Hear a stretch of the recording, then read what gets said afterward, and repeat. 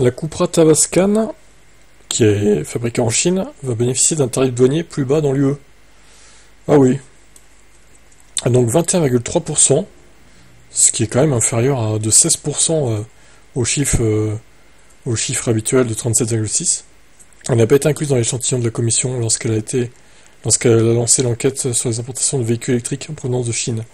Les droits de douane provisoires initiaux de la Commission sur les importations de VE en provenance de Chine allaient de 17,4 à 37,6%. BYD, Geely et SAIC ont reçu des taux de droits de douane individuels.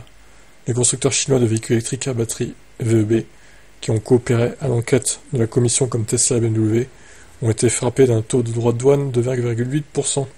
Les constructeurs automobiles, qui n'ont pas coopéré à l'enquête, ont quant à eux été frappés du taux maximum de 37,6%.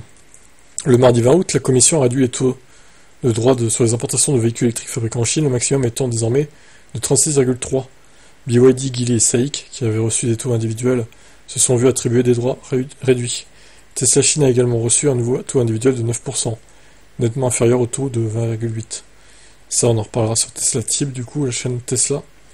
Les nouveaux droits de douane imposés par la Commission européenne sur les véhicules électriques chinois s'ajoutent aux droits d'importation européens de 10%. Le gouvernement chinois a déposé un recours auprès de l'OMC contestant les droits de douane provisoires imposés par l'UE sur les véhicules fabriqués en Chine.